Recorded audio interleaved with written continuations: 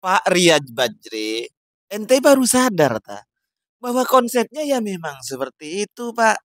Cuman masalahnya selama ini ente ngotot terhadap perkara yang ente yakini seakan-akan itu yang benar, yang ente benar, yang lainnya salah. Itu sebenarnya yang bermasalah, Pak.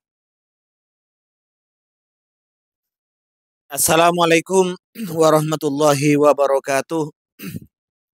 Alhamdulillah wassalatu wassalamu ala Rasulillah wa ala alihi wa sahbihi wa mawala amma ba'du. Kaum muslimin dimanapun berada, semoga Allah subhanahu wa ta'ala senantiasa memberikan rahmatnya, taufiknya, hidayahnya, maghfirahnya, memberikan kelancaran rezeki, kesehatan, menjadikan kita orang-orang yang beruntung di dunia ini, lebih-lebih di akhirat nanti. Amin. Allahumma amin. Pak Riyad Badri, konsepnya memang seperti itu, Pak. Kalau perkara ijtihadiyah, perkara yang memang tidak disepakati oleh ulama tentang hukumnya, memang seperti itu. Tidak boleh kita ngotot, tidak boleh kita mengingkari orang yang berbeda dengan kita. Jangan-jangan ente baru sadar atau baru menemukan ya. Oke, kita dengarkan dulu bagaimana pernyataan Pak Riyad Badri ini. Banyak hal yang kita kira itu adalah perkara mutlak, udah nggak boleh beda pendapat. Ternyata banyak ulama yang berpendapat beda, ternyata banyak, beneran. Jangan jauh-jauh deh, maaf ya, masalah rokok aja. Oke, umumnya ulama bilang, ulama sekarang bilangnya apa? Halal. Tahu nggak Imam Asy-Syaukani dulu rahimahullah bilang halal? Imam Son'ani dulu rahimahullah. Dapat?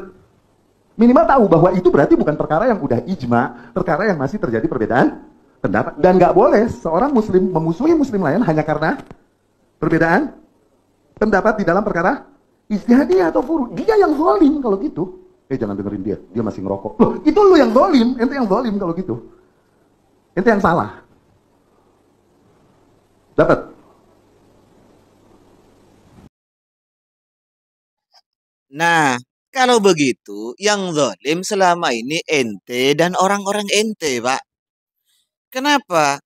Masalah yang ente ingkari, maulid, tahlilan, zikir berjamaah, doa berjamaah, kunut subuh, ini yang sering ente gaung-gaungkan bid'ahnya ya, dan lain-lain yang dia lakukan oleh aswaja, yang diamalkan oleh aswaja, ini yang diserang oleh ente selama ini, Pak.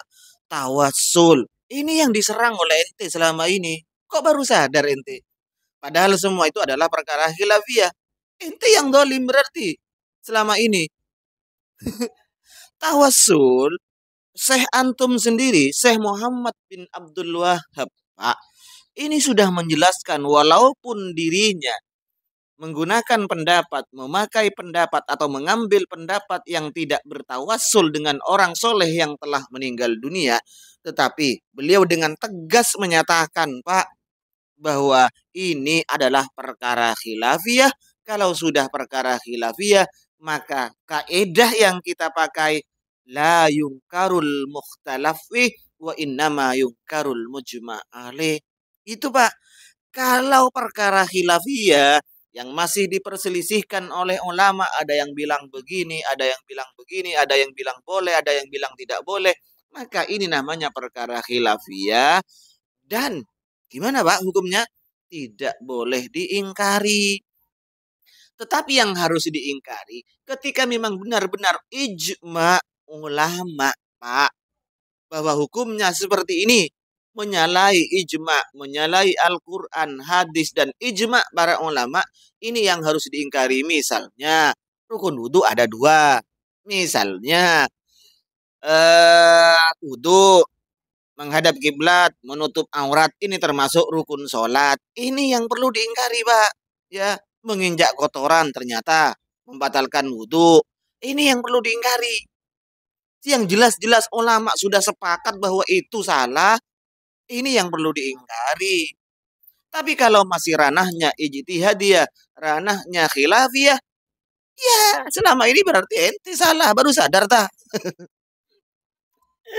Masalah maulid Nabi, Gurunya Imam Nawawi, Abu Samah, dengan tegas menyatakan bahwa sebaik-baik bid'ah di zaman ini adalah apa yang dikerjakan oleh orang-orang yang disebut dengan Maulid Nabi. Abu Samah, gurunya Imam Nawawi. Ibnu Hajar, Pak, juga mengatakan demikian. Ente diarahkan ke rokok apa gara-gara ente merokok ketahuan gitu? Semuanya, Pak, ya. Kalau perkara khilafiyah yang jelas harus konsepnya memang tidak boleh diingkari dan tidak boleh gotot bahwa yang saya adalah benar, ente salah, pelaku bid'ah. Bukan begitu konsepnya, Pak. Masalah ihdaus sawab, ya, mentransfer pahala, mengirimkan pahala bacaan Al-Quran, bacaan zikir, bacaan apa saja terhadap orang yang telah meninggal dunia. Ini terjadi perbedaan. Tapi selama ini ente ngotot bahwasanya itu bid'ah. Tidak ada contoh dari Rasulullah. Padahal ulama-ulama termasuk Ibnu Taimiyah, Pak, ini menyatakan sampai bermanfaat terhadap mayit. Bahkan dicontohkan oleh Rasulullah sendiri di kuburannya saat beliau memimpin membaca zikir untuk saat. Ini namanya khilafiyah, Pak. Berarti salah ente selama ini, ya. Baru sadar sekarang rupanya ente. Aduh, Pak. Bilang ya terus sama jamaahnya, minimal ente dan jamaahnya yang sadar, yang lain biar menyusul dulu. Ya, alhamdulillah kalau ente memang sadar, tapi jangan hanya diarahkan ke rokok khilafiyahnya. Semua yang Anda tuduhkan selama ini, Pak, itu adalah khilafiyah, termasuk kunut subuh yang didengung-dengungkan oleh ente selama ini. Bahkan ada pertanyaan dari jamaah ente terhadap ente, Pak. Bagaimana kita kalau terus-terusan bermakmum terhadap imam yang kunut subuh? Ente menyatakan ini selemah-lemahnya iman, kan? Ubah, Pak, ubah, Pak. Jangan hanya rokok karena ketahuan bahwa ente merokok, ya. Ubah, ya, Pak. Seharusnya, Pak, selama ini ente juga sampaikan tentang khilafiyah kunut subuh terhadap jamaah ente. Bukan hanya sekarang karena posisi ente terpojok, maka khilafiyahnya yang diangkat. Bahwa tidak boleh mengingkari sesuatu perkara yang sudah terjadi perbedaan ulama, ya. Kunut subuh, bilang sama jamaahnya, kalau mengikuti Imam Syafi'i, ini sunnah dilaksanakan setelah bangun dari ruku. Kalau mengikuti Imam Malik, mazhab Malikiyah ini dilaksanakan sebelum kita ruku. Jadi yang mensunahkan kunut subuh di antara empat mazhab ini adalah Imam Malik dan Imam Syafi'i, bilang seperti itu. Kalau maulid ini juga hilaf.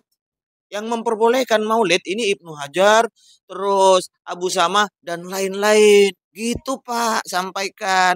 Biar itu gentle namanya, bukan karena terpojok sekarang maka baru kembali mengangkat khilafiyah. Kalau perkara khilafiyah maka tidak boleh diingkari.